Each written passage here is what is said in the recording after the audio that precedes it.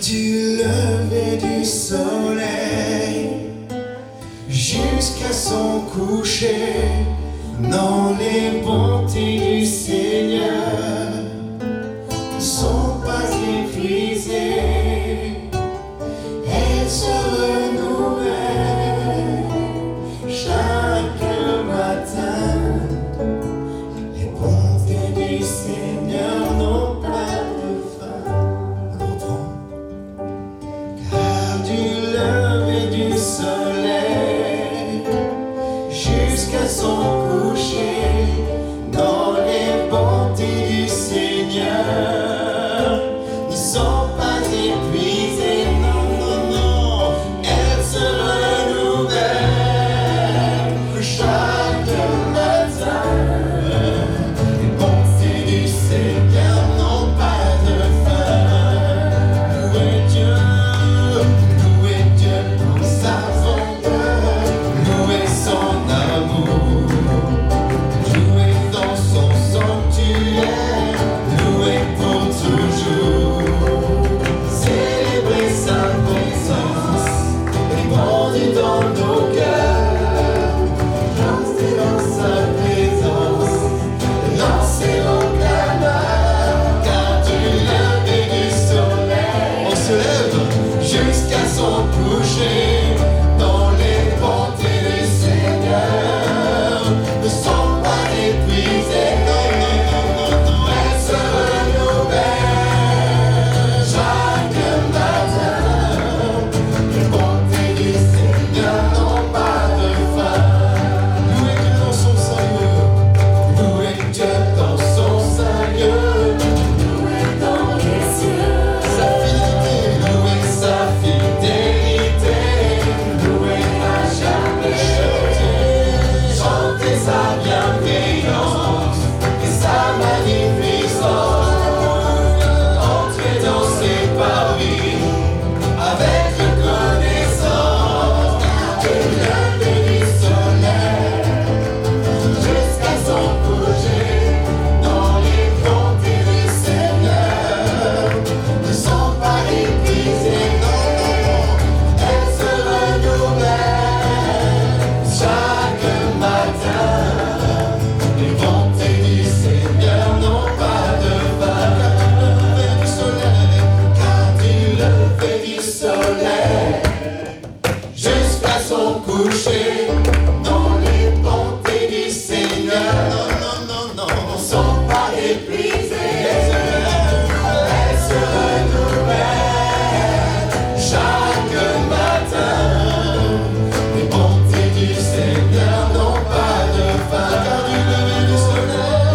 Car du lever du soleil, jusqu'à son coucher, dans les bontés du Seigneur ne sont pas épuisées. Non, non, elles se renouvellent chaque matin. Les bontés du Seigneur n'ont pas de fin. Les bontés du Seigneur n'ont pas de fin. Les bontés du Seigneur n'ont pas de fin. Gloire à Dieu. Amen. Pour prendre place. En ce moment, avec Léa, nous étudions la vie de Moïse. Et nous sommes en pleine étude là-dessus. Et donc les enfants d'Israël sont sortis d'Égypte, de captivité. Et à peine sortis d'Égypte, ils se retrouvent devant la mer Rouge. Et nous avons l'armée de Pharaon qui est derrière. Et qu'est-ce qu'ils font? Ils murmurent. Tu aurais dû nous laisser servir les Égyptiens. On était bien mieux là-bas. Ensuite, ils expérimentent la grâce de Dieu. La mer Rouge que nous connaissons. Qu'est-ce qu'ils font juste après? Ils chantent des cantiques. Amen.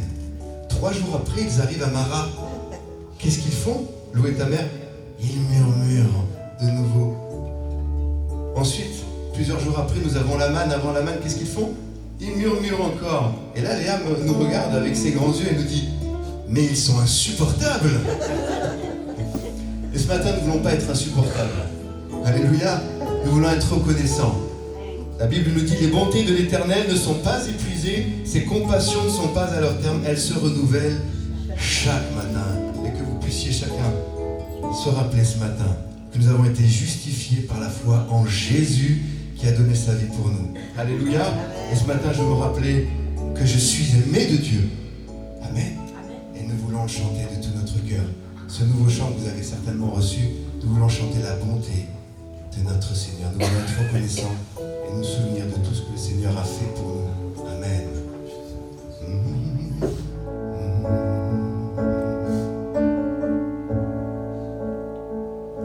Je t'aime, Seigneur. Ta bonté ne faillit jamais.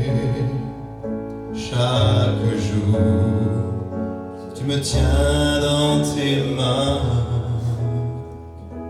Du moment où je me lève jusqu'à mon coucher, je chanterai la bonté de mon Dieu.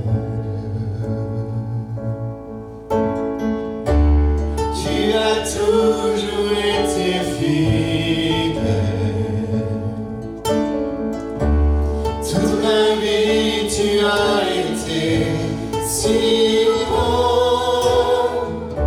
Avec le souffle que tu me donnes, je chanterai toute la bonté de Dieu. J'aime ta voix, tu m'as conduit dans les mains, dans les nuits sombres, tu te tiens tout près de moi. Je te connais comme un père, et à ton ami, j'ai vécu dans la bonté de mon Dieu. Tu as toujours été fidèle. Toute ma vie, tu as été si bon. Avec le souffle que tu me donnes, je chanterai la bonté de Dieu. Ta bonté m'accompagne, elle m'accompagnera. Ta bonté m'accompagne, elle m'accompagnera. Je réponds ma vie, je te la confie, je te donne tout. Ta bonté m'accompagne, elle m'accompagnera. Ta bonté m'accompagne, elle m'accompagnera. Seigneur Jésus, ta bonté m'accompagne, elle m'accompagnera. Je réponds ma vie, je te la confie, je te donne tout. Ta bonté m'accompagne, elle m'accompagnera. Tu as toujours été fidèle. Toute ma vie, tu as été si bon. Avec le souffle que tu me donnes, je chanterai la bonté de Dieu. Je chanterai la bonté de Dieu. Je chanterai la bonté de Dieu.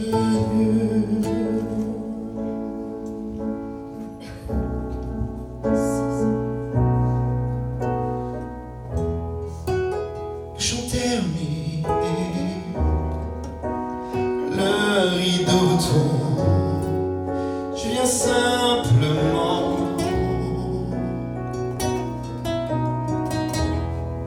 porter mon offrande, car j'ai le désir de réjouir ton cœur.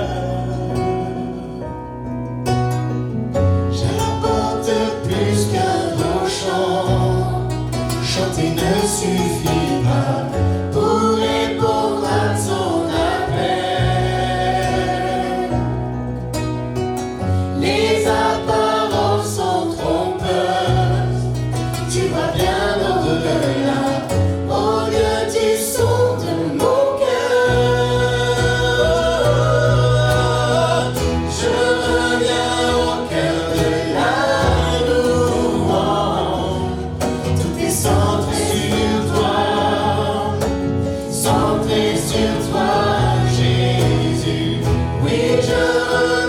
à tous mes faux semblants.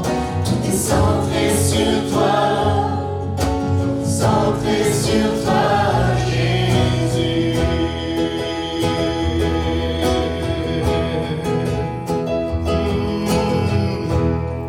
Roi d'éternité, qui peut exprimer ce dont tu es dit? Que faire les pauvres, je te donne du tout pour toute ma vie. J'apporte plus qu'un beau chant, chanter ne suffit pas pour répondre à ton appel. Les apparences sont trompeuses, tu vois bien au-delà, ô Dieu, tu sondes mon cœur.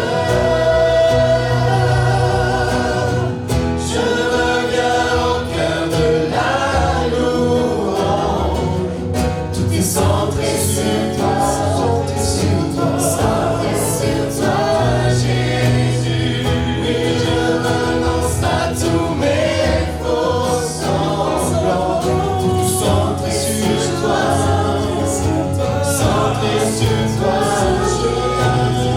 Je reviens au cœur de la louange, tout est centré sur toi, centré sur toi, Jésus.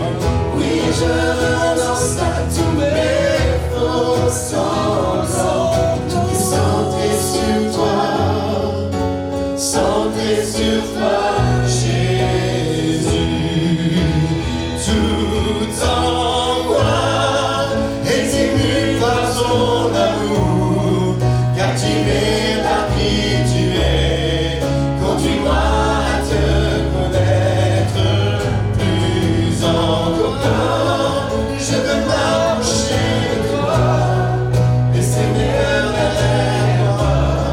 Seigneur, viens toucher ma vie, tout en moi est ému par ton amour, car tu es par qui tu es. Conduis-moi à te connaître plus encore. Je veux m'approcher de toi, laissez-moi derrière moi. Seigneur, viens toucher ma vie. Oh, oh, oh, oh, oh.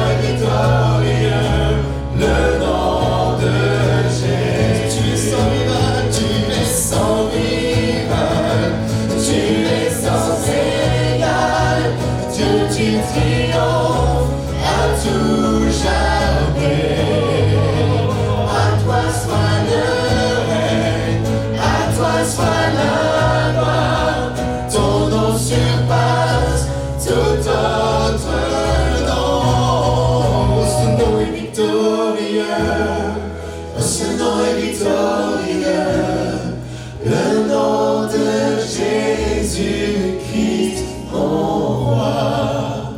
Oh, ce nom est victorieux, sa puissance est sans pareil.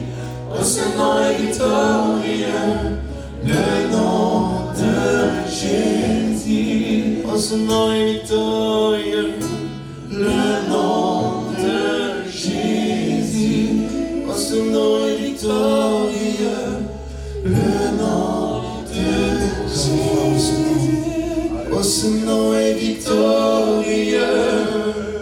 Oh, ce nom est victorieux, le nom de Jésus-Christ, mon roi. Oh, ce nom est victorieux, sa puissance est sans pareil. Oh, ce nom est victorieux, le nom de Jésus. Oh, ce nom est victorieux, le nom de Jésus. Seigneur, nous te louons ce matin. Nous t'adorons, Seigneur, et toutes les générations devant lui prosternées entonnent ensemble un cantique à l'agneau. Ceux qui nous ont précédés et ceux qui nous suivront entonnent ce cantique à l'agneau. Ton nom est le plus grand, ton nom est tout puissant, ton nom est au-dessus de tout. Puissance, autorité, royaume et dignité, ton nom est au-dessus de tout. Et les anges acclament, tu es saint, l'univers proclame, tu es saint, tu es glorifié, Dieu très saint, à jamais tu es saint.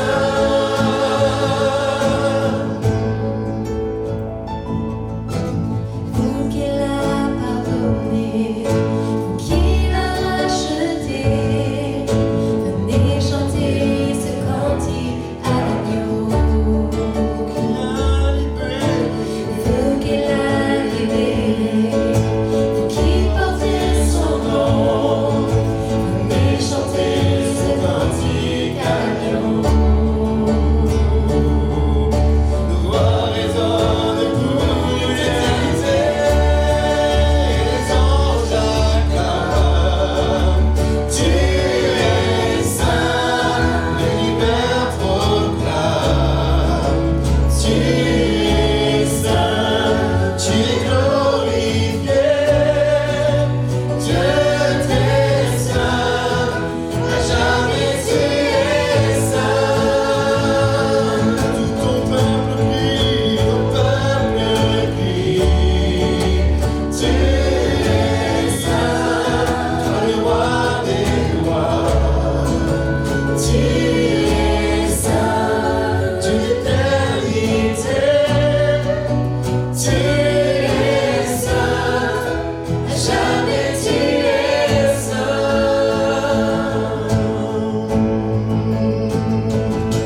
Ton nom est le plus grand, ton nom est tout puissant, ton nom est au-dessus de tout. Puissance, autorité, royaume et dignité, ton nom est au-dessus de tout. Chantons ton nom. Ton nom est le plus grand, ton nom est tout puissant, ton nom est au-dessus de tout.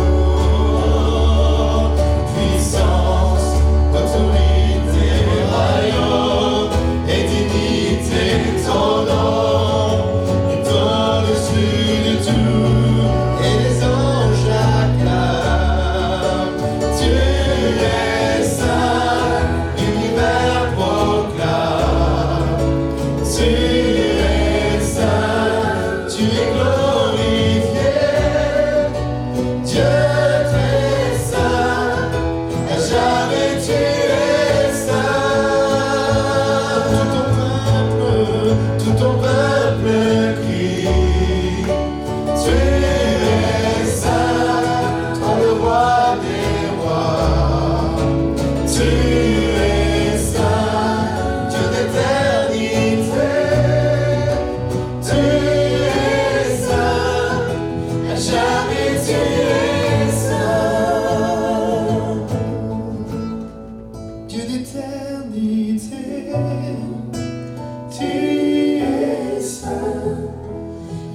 et tu es saint.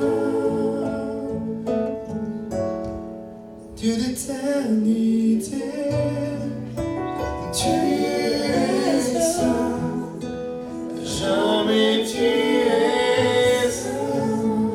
Alléluia. Amen. Alléluia. Il est bon de louer le Seigneur. Et c'est ce que nous avons fait ce matin. Nous sommes heureux d'ouvrir nos cœurs et non seulement d'offrir au Seigneur notre adoration, mais de recevoir de sa part ses grâces, son onction, sa bénédiction. Ce qu'il dit, il l'accomplit. Et nous avons chanté pour terminer, il est saint.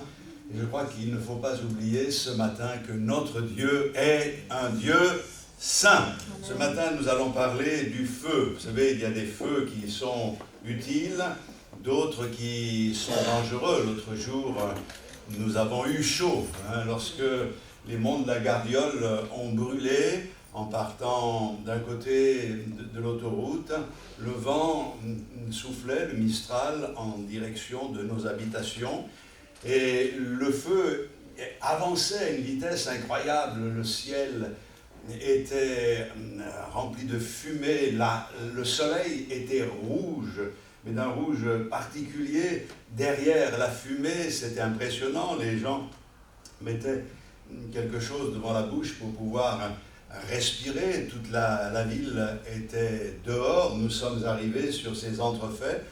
Et il s'est passé quelque chose à un moment donné, c'est que le Mistral a cessé, c'est la tramontagne qui a pris le relais, et le feu est parti dans l'autre sens. C'est arrivé tout près de là où nous habitions, et d'un coup c'est parti de l'autre côté. On a eu chaud.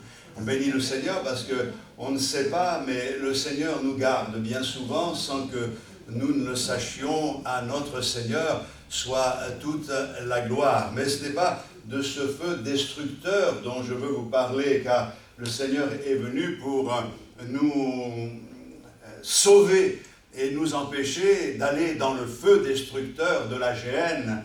Dieu veut que nous soyons sauvés et que tous nous parvenions au salut et que nous puissions connaître dans cette marche avec lui le feu du Saint-Esprit dans notre vie.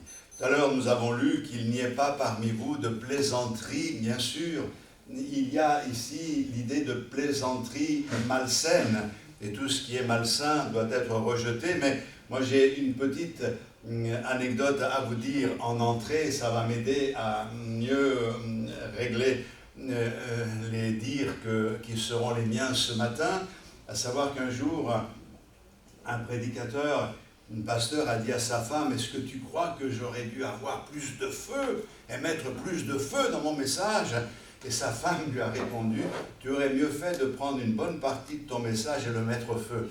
Elle n'était pas satisfaite par ce qu'il avait dit. Je crois qu'il est important pour nous de pouvoir dire ce qu'il faut, mais sans tomber dans les pièges de l'adversité. Nous ne sommes pas là pour nous mettre en avant, nous, mais pour mettre en avant notre Seigneur. Alors, on va lire deux textes. Le premier texte dans 1 Thessaloniciens, chapitre 5. Alors, le verset, c'est le verset 19, mais je vais lire à partir du verset 16, parce que je pensais être rempli, mais on est rempli, on sera rempli. Soyez toujours joyeux. Priez sans cesse. Toujours dans la joie, même quand ça va mal. Priez sans cesse. Ça veut dire que la prière, ce n'est pas seulement un moment que je prends dans la journée, mais être en communion avec le Seigneur, chercher sa face en permanence. Rendez grâce en toutes choses, car c'est à votre égard la volonté de Dieu en Jésus-Christ. Le Seigneur veut que nous soyons reconnaissants. Et puis, le texte de ce matin: n'éteignez pas l'esprit. Et ça, c'est important aussi. Ne méprisez pas les prophéties, mais examinez toutes choses, retenez ce qui est bon, abstenez-vous de toute espèce de mal. Amen. Et puis, Je voudrais lire dans Éphésiens au chapitre 4, le verset 30.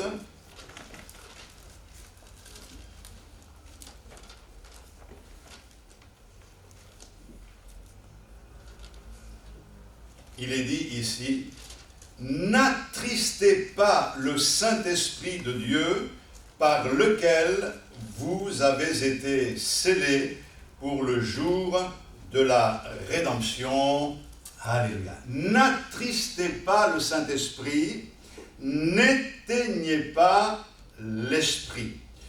Je vous parlais de feu tout à l'heure, et c'est vrai que à une certaine période, dans une certaine région de France, il y avait des feux, et plusieurs feux, et se sont avérés être des feux criminels. Une enquête a été faite, et ce que l'on a découvert, c'est que c'était le capitaine des pompiers qui allumait ces feux pour avoir le privilège de les éteindre. C'est sûr qu'il y a un dysfonctionnement quelque part, puisqu'on ne met pas la vie des autres en danger comme cela. Mais celui qui allumait les feux, c'est celui qui était mandaté pour les éteindre. Alors, d'une autre manière, je crois que nous avons été mandatés pour alimenter un feu que le Seigneur a déjà allumé. Mais nous ne voulons pas être les pompiers de service pour éteindre le feu de l'Esprit qui doit brûler dans nos cœurs, qui doit brûler au milieu de nous et qui doit nous amener à vivre des expériences glorieuses avec le Seigneur. Nous sommes en route, nous avons pris un certain élan, nous voulons continuer, et comme le disait l'homme de Dieu autrefois, brûler, et le monde viendra vous voir brûler. Nous voulons voir la gloire du Seigneur. Alléluia. Le désir du Seigneur est que le feu du Saint-Esprit brûle dans nos cœurs, brûle au milieu de nous. D'ailleurs, ça a été la promesse du Seigneur. La promesse, c'est que nous soyons remplis du Saint-Esprit et de feu. C'est ce que Jean-Baptiste a dit, quelqu'un de plus grand que moi, dont je ne suis pas digne de lasser les chaussures, va venir, et lui, il vous baptisera du Saint-Esprit et de feu. Alléluia. Je crois que c'est très important, cela. Mais le Seigneur a dit aux disciples, restez à Jérusalem, jusqu'à ce que je vous ai envoyé l'autre consolateur, le Saint-Esprit. Et c'est ce qui s'est passé le jour de la Pentecôte. Des langues semblables à des langues de feu descendirent sur chacun d'eux, et ils furent tous remplis du Saint-Esprit. Alléluia. Ça, c'est extraordinaire. Je lis quelquefois des témoignages comme cela, mais Gordon Broomville a écrit un livre sur le Saint-Esprit, les symboles du Saint-Esprit, et dans son livre, il fait référence à un grand explorateur norvégien, Roald Amundsen, le premier à avoir découvert le méridien magnétique du pôle Nord et du pôle Sud, mais je passe sur les détails. Et un jour, alors qu'il était en voyage, Amundsen a amené avec lui un pigeon voyageur, et lorsqu'il a eu atteint le sommet du monde, il a ouvert la cage et il a lâché ce pigeon voyageur. C'était à une autre époque, même s'ils sont utilisés encore, il n'y avait pas les moyens de communication que nous avons aujourd'hui, mais imaginez maintenant sa femme qui était restée en Norvège. Un jour, elle sort de chez elle, elle regarde vers le ciel car elle entend les battements d'ailes et elle voit ce pigeon voyageur. Et là, avec une joie et une conviction et une certitude extraordinaire, elle s'exclame « Il est vivant, mon mari est toujours vivant !» Elle n'avait pas de nouvelles depuis très très longtemps, Mais le fait de voir ce pigeon, elle savait que c'est lui qui l'avait lâché. Il avait fait le voyage et il était venu jusqu'à la maison. Il est vivant. C'est ce qui s'est passé à la Pentecôte. Jésus a dit, je m'en vais. Et lorsque je m'en irai auprès du Père, je vous enverrai l'autre consolateur, le Saint-Esprit. Il n'est pas venu cette fois-ci sous la forme d'une colombe, quoiqu'il s'est manifesté sous la forme d'une colombe. Lorsqu'il est descendu sur Jésus, qui est passé par les eaux du baptême, mais une chose est certaine, c'est que le jour de la Pentecôte, lorsque l'Esprit de Dieu a été répandu, vous pouvez imaginer la joie et la conviction qui était là dans le cœur de tous les disciples qui attendaient. Il est vivant, notre Seigneur. Il a gagné. Il a tout accompli. Il est auprès du Père. Et ce qu'il a promis, il le réalise. Eh bien, mes frères et sœurs, c'est cette joie, cet enthousiasme qui devrait être le nôtre chaque fois que nous réalisons que Christ a tout accompli. Il n'y a rien à ajouter à ce qu'il a accompli en lui. Nous avons tout pleinement. Que Dieu soit glorifié. Et ce matin, nous pouvons le réaliser d'une manière toute particulière. Alléluia. Chaque croyant possède en lui un foyer dans lequel un feu est allumé. Et ce foyer, c'est notre cœur. Le Seigneur est venu allumer un feu dans notre cœur. Et vous savez, c'est un peu comme les voitures. Par exemple, vous avez des voitures diesel, vous avez des voitures à essence. Vous ne pouvez pas mélanger les carburants. Il faut qu'à chaque moteur corresponde un carburant. Pourquoi il dit cela? Parce que pour pouvoir alimenter le feu qui doit brûler dans notre cœur, le feu du Seigneur, il y a un carburant spécifique. Il est composé de 3 éléments. Le premier élément, c'est l'énergie de la parole de Dieu. La parole de Dieu, c'est la Bible. Nous devons nous en nourrir. Nous devons chercher à connaître les vérités qui sont inscrites dans les Saintes Écritures. C'est aussi l'énergie de la communion avec Dieu dans la prière, dans une relation intime avec lui, dans la recherche de sa face. C'est l'énergie aussi de la communion fraternelle. Nous avons besoin de pouvoir nous retrouver ensemble pour chercher la face de Dieu, sachant que lorsque 2 ou 3 sont assemblés en son nom, le Seigneur est au milieu de nous. Alléluia. Et ça, c'est formidable, qu'il est doux, qu'il est agréable pour des frères de demeurer ensemble. C'est là que le Seigneur envoie la bénédiction et la vie pour l'éternité, et la vie éternelle. Et ça, c'est quelque chose de très important. Nous voulons brûler pour le Seigneur. Et pour brûler, il ne faut pas y mettre de l'eau. Il ne faut pas y mettre n'importe quoi. Il faut y mettre un combustible qui brûle pour Dieu. La parole de Dieu. Si je me nourris de la parole de Dieu, je vais brûler. Si je cherche la face de Dieu, ce feu va être alimenté. Par le souffle du Saint-Esprit, cette flamme va être ravivée. Si je cherche le Seigneur dans la communion fraternelle, en sachant que lorsque 2 s'accordent pour demander quelque chose, le Seigneur le fait, alors oui, je vais alimenter le feu. Le problème, c'est que quand le feu de l'Esprit de Dieu commence à brûler, nous avons tous tendance, d'une certaine manière, à prendre des extincteurs. Parce qu'il nous faut le contrôle, et quand on a du mal à contrôler la manifestation de l'Esprit de Dieu, on a peur des débordements, on a peur que ça parte dans la mauvaise direction. Je crois qu'à un moment donné, il nous faut de la sagesse, et le but n'est pas du message de ce matin, mais ce que nous devons comprendre, c'est que nous n'avons pas à contrôler l'action du Saint-Esprit, et surtout à prendre des extincteurs pour éteindre le feu de l'Esprit de Dieu. C'est pour cette raison que nous nous concentrons ce matin pendant ces quelques minutes de méditation sur « N'éteignez pas l'Esprit ». C'est-à-dire que l'apôtre Paul est occupé par cette pensée « Ne venez pas avec des seaux d'eau ».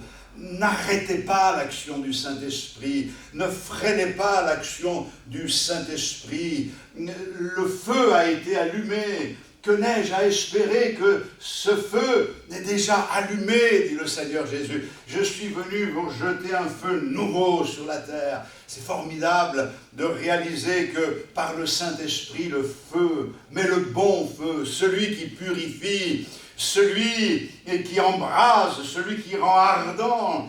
Ce feu-là n'est pas un feu qui consume nos vies, mais qui consume le mal qui est dans nos vies. Il fait de nous des buissons ardents comme celui que Moïse a vu dans le désert. Il a été étonné, il s'est détourné pour voir, car stupéfaction, un buisson brûlait sans se consumer. Le feu qui était sur ce buisson n'était pas n'importe quel feu, c'était la présence du Seigneur. Et ça, c'est quelque chose d'extraordinaire. Quand le feu vient sur nous, le feu du Saint-Esprit, quand le Seigneur est présent dans notre vie, ça brûle, mais ça ne nous consume pas, ça élimine le mal, ça détruit le péché qui est en nous. Et je crois que ça, c'est très important, de pouvoir brûler du feu de Dieu.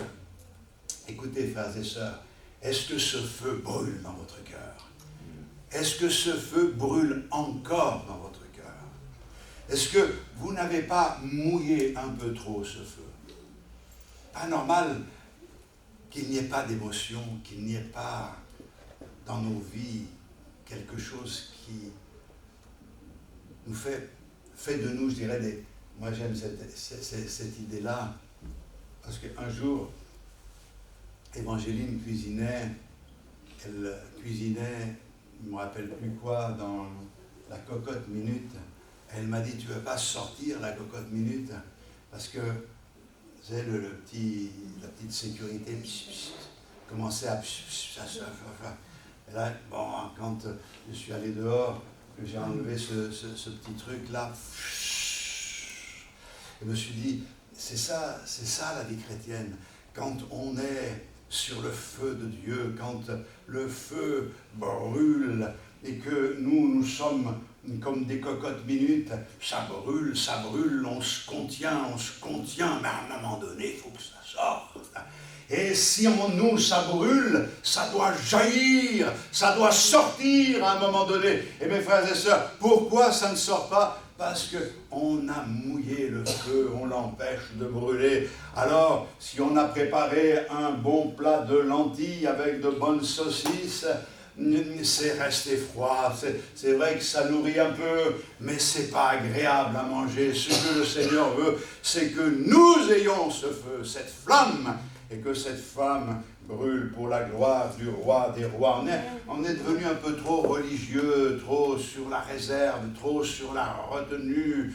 Oh, cherchons le Seigneur dans la liberté du Saint-Esprit, cherchons le Seigneur pour le toucher par la foi. Mais si seulement je puis toucher le bord de son vêtement, je serai guéri. Je crois en cela. Oh, ne soyons pas monocorde, monotone, plat. Non, la vie chrétienne, c'est pas ça. Ça doit brûler dans notre cœur, un feu pour la gloire de notre Seigneur. Et Paul nous met en garde, parce que le feu du Saint-Esprit, c'est un feu qui réchauffe le cœur, qui éclaire l'esprit. C'est un feu qui purifie nos vies. Et l'apôtre nous met en garde, parce que nous pouvons atténuer la chaleur qui doit être la nôtre.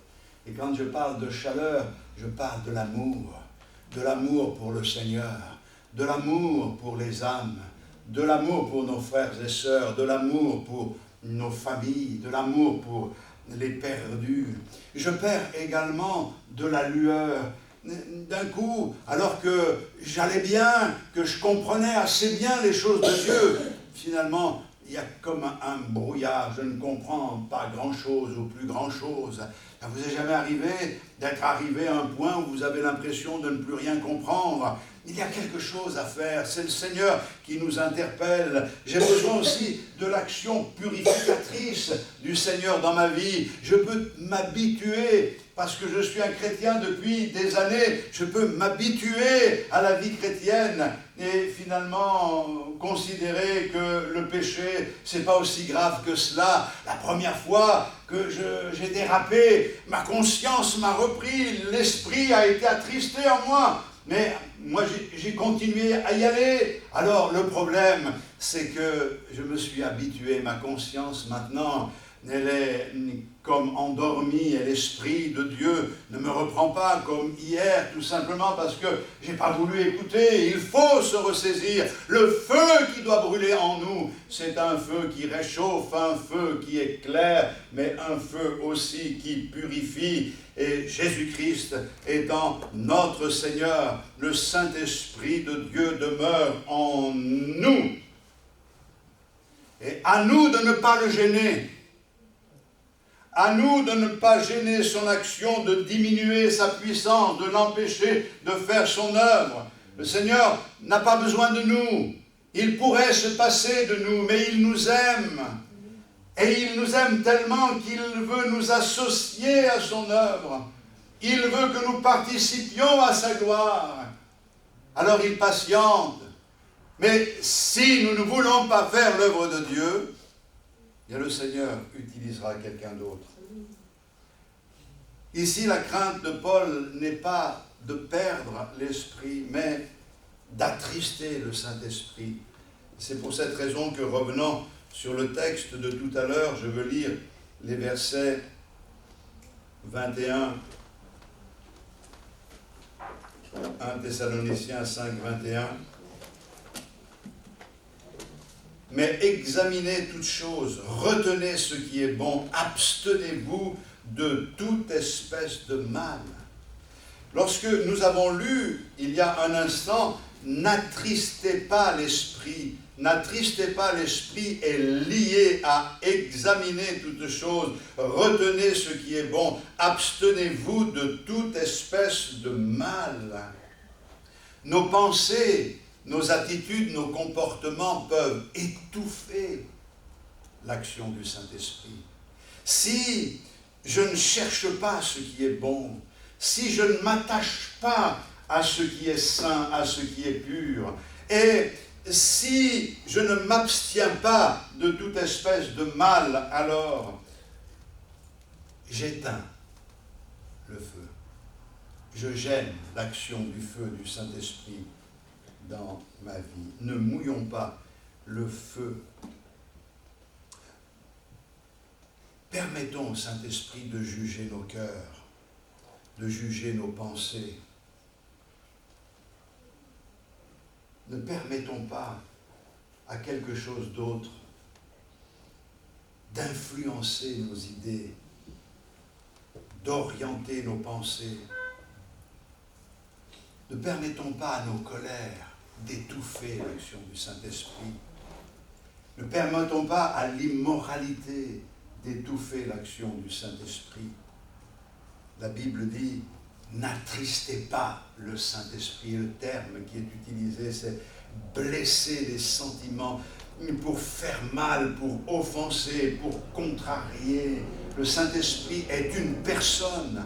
C'est la troisième personne de la Trinité. Le Saint-Esprit est Dieu. Et nous pouvons faire que nos actions l'attristent. Nous pouvons agir en connaissance de cause et blesser ses sentiments. Nous pouvons contrarier le Saint-Esprit et nous pouvons blesser les sentiments de l'Esprit de Dieu. L'Esprit Saint ne doit pas être attristé. Il doit avoir la liberté dans notre vie. Alléluia. Nous recevons le Saint-Esprit lors de notre naissance spirituelle, lorsque nous donnons notre cœur au Seigneur, car nul ne peut dire que Jésus est le Christ si ce n'est par le Saint-Esprit. Mais néanmoins, nous devons demander non seulement d'avoir le Saint-Esprit en nous, mais d'être baptisé du Saint-Esprit. Et baptisé du Saint-Esprit, c'est recevoir de la puissance pour être un témoin, pour être efficace dans l'œuvre de Dieu. Le Seigneur a envoyé ses disciples remplis du Saint-Esprit. Vous voyez la transformation, par exemple, Pierre a renié le maître devant une servante. Il a même juré par le ciel qu'il ne connaissait pas Jésus. Quelle honte pour lui! Et pourtant, le Seigneur lui avait donné la possibilité de se ressaisir. Et il lui a donné la possibilité de réparer cela. Il l'a rencontré après la résurrection. Et vous savez comment le Seigneur lui a posé la question, m'aimes-tu plus que le même ceci? Tout simplement parce qu'il avait dit qu'il aimait le Seigneur plus que les autres. Il croyait qu'il était plus fort que les autres. Et le Seigneur lui a parlé ce jour-là, lui a montré l'importance d'être attaché à lui. Ce Pierre qui était un poltron en quelque sorte, le jour de la Pentecôte, alors qu'ils étaient réfugiés à cause de tout ce qui s'était passé dans cette chambre fermée, la chambre haute, à prier entre eux, dans le calme. Pas faire trop de bruit, il ne faut pas qu'on sache qu'on est là. Lorsque l'Esprit de Dieu est tombé sur eux, Pierre et les autres sont sortis, et Pierre a commencé à annoncer l'Évangile. Il y avait des milliers de personnes, et ce jour-là, 3000 se sont convertis. Quelle transformation par l'action du Saint-Esprit dans la vie d'un homme. Le Saint-Esprit nous transforme. Le Saint-Esprit nous change. Le Saint-Esprit nous amène à connaître le Seigneur. Mais le Saint-Esprit prend de ce qui est à lui et nous l'annonce. Le Saint-Esprit nous oint et nous avons besoin du baptême dans le Saint-Esprit. Demandons le baptême dans le Saint-Esprit. Ceux qui ont été baptisés du Saint-Esprit peuvent avoir vu cette expérience comme recouverte d'eau. Il faut redonner du feu, il faut que le feu reparte.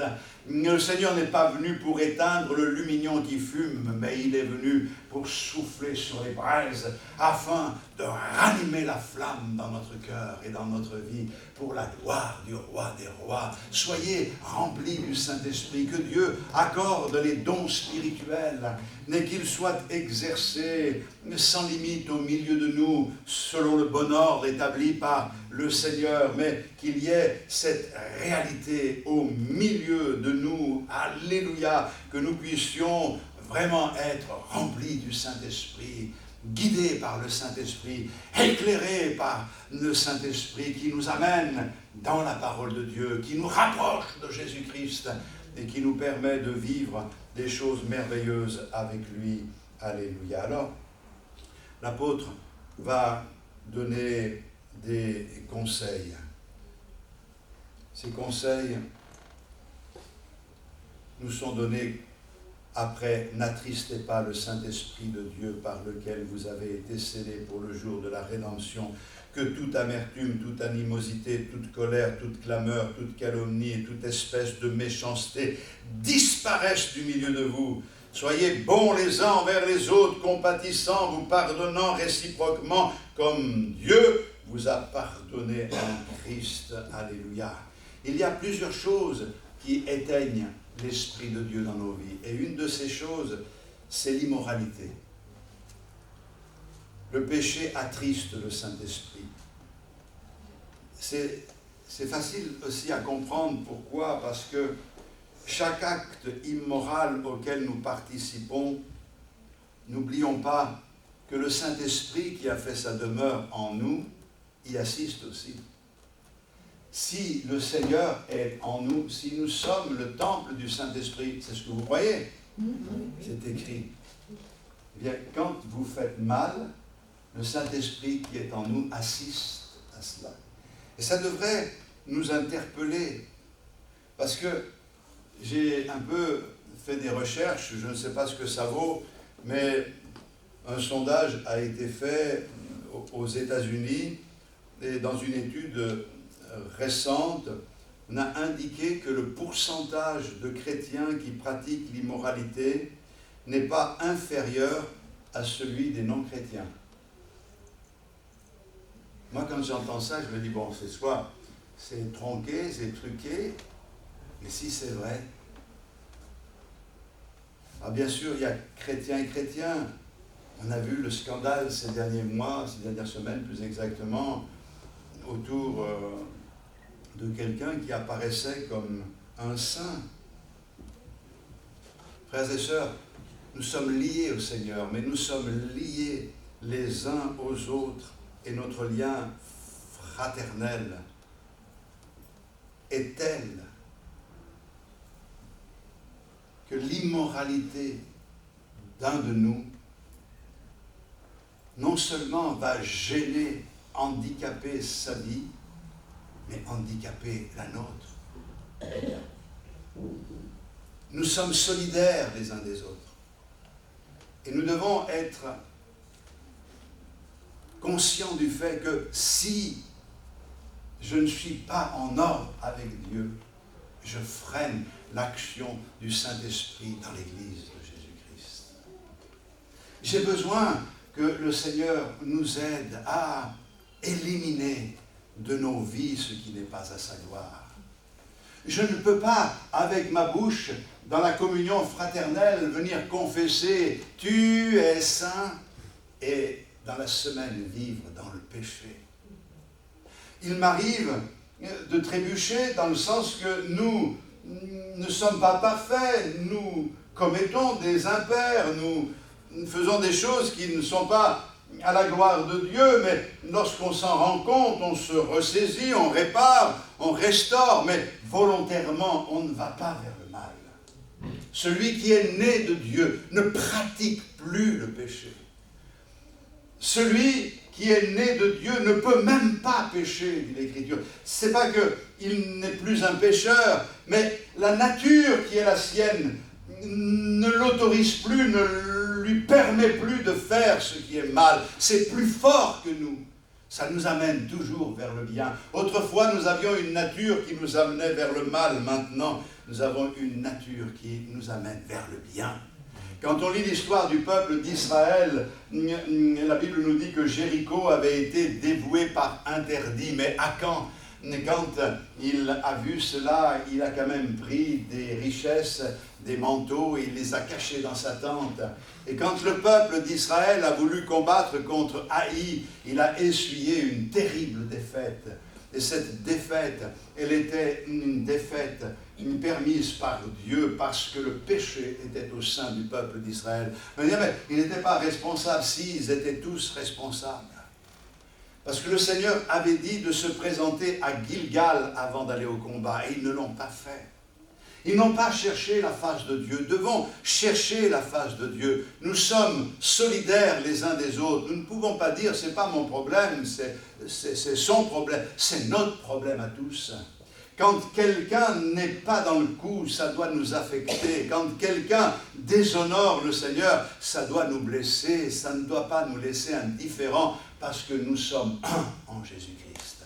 Et nous devons tout mettre en œuvre pour ne pas être un obstacle à la bénédiction de Dieu.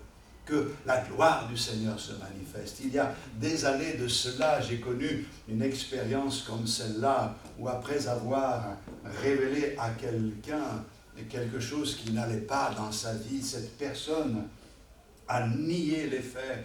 Et c'était vraiment assez particulier parce que la personne, elle tenait bon sur ses positions, alors que j'étais convaincu que ce que cette personne faisait n'était pas à la gloire de Dieu et qu'elle faisait des choses qu'elle ne reconnaissait pas.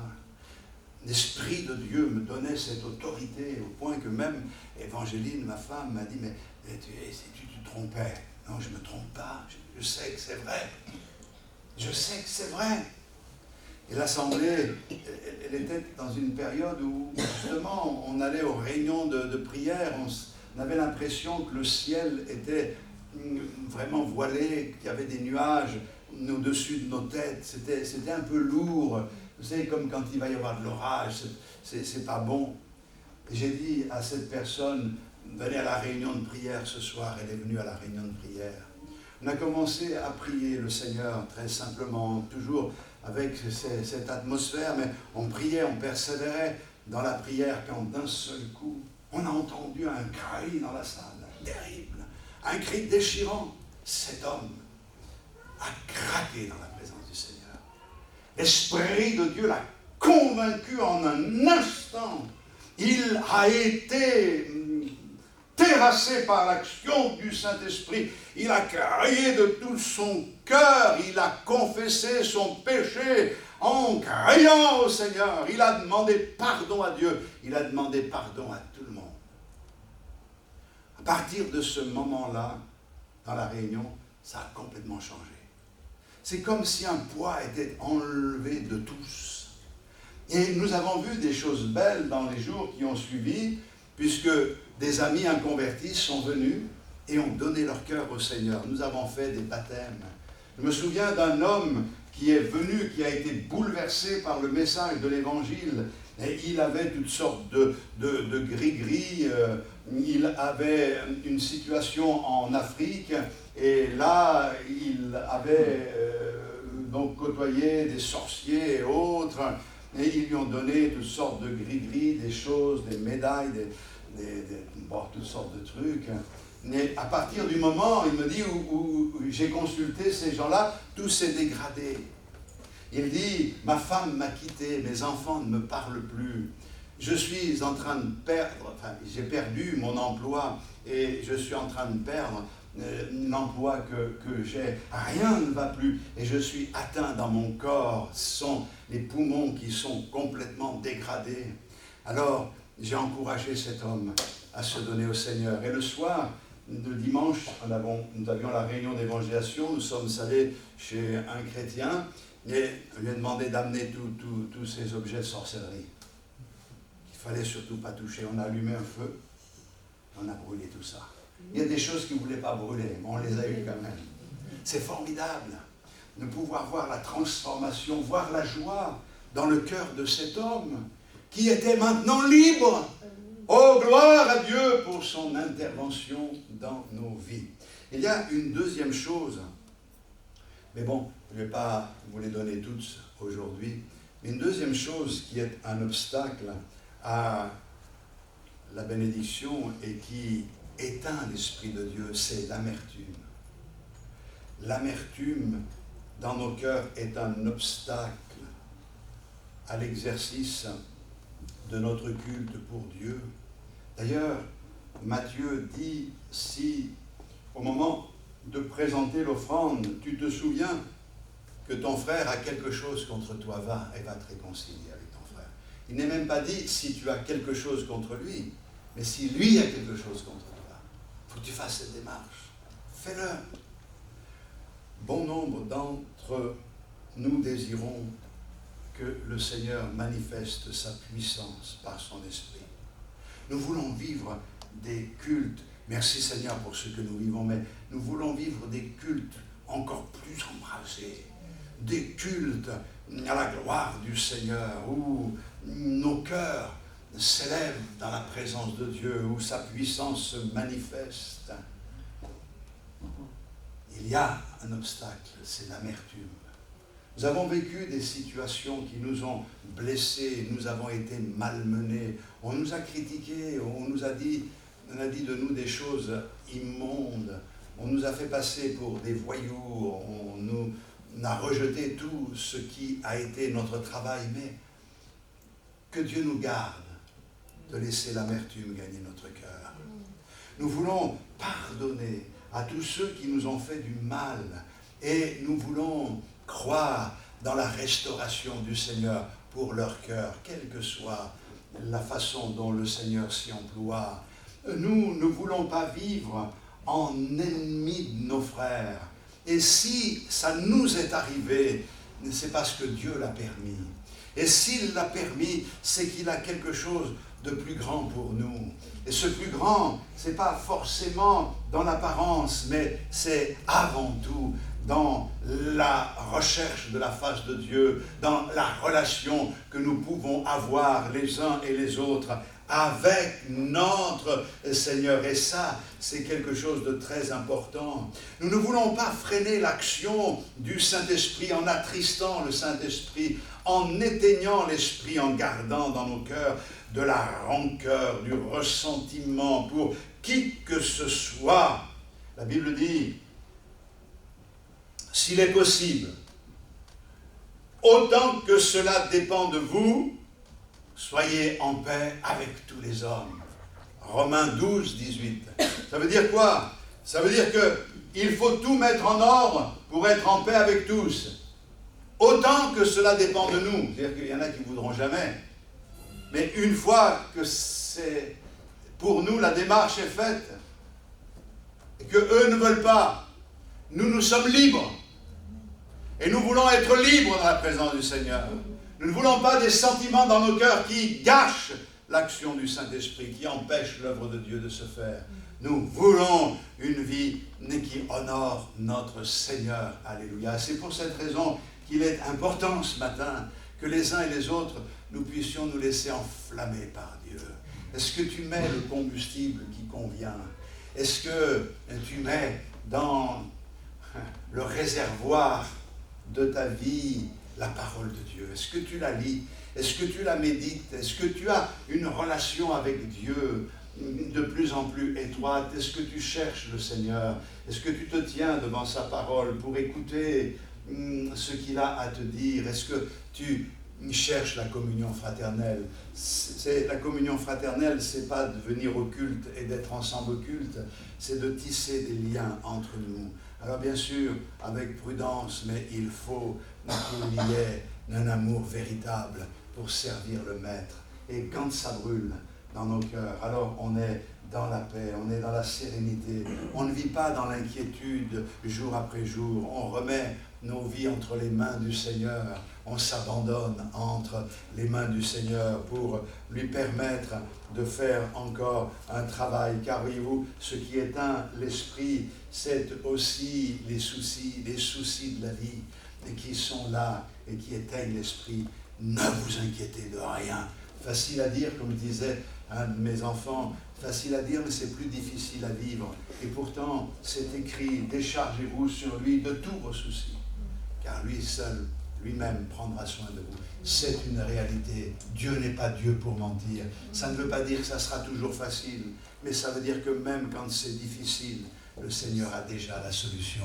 Alors, on veut louer le Seigneur et le remercier pour sa fidélité. Gloire à Dieu. Seigneur, nous voulons être des moyens de bénédiction et non pas des entraves. Nous voulons t'exalter, t'élever de tout notre cœur. Nous voulons, Seigneur, te laisser brûler dans nos cœurs.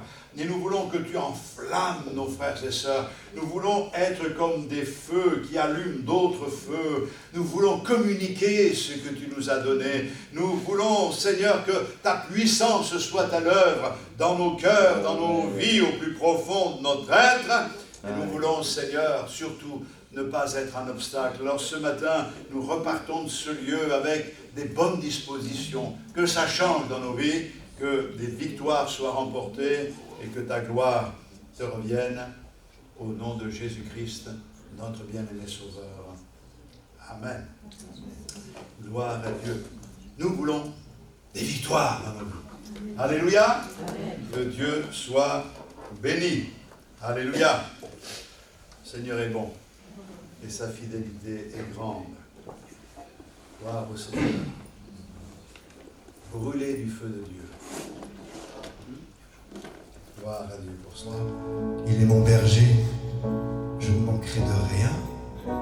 Le bonheur et la grâce m'accompagneront tous les jours de ma vie. C'est ce que nous avons chanté. Amen. Est-ce que vous voulez qu'on le reprenne ensemble? Amen. Reprenons-le. Le bonheur et la grâce m'accompagneront tous les jours de ma vie.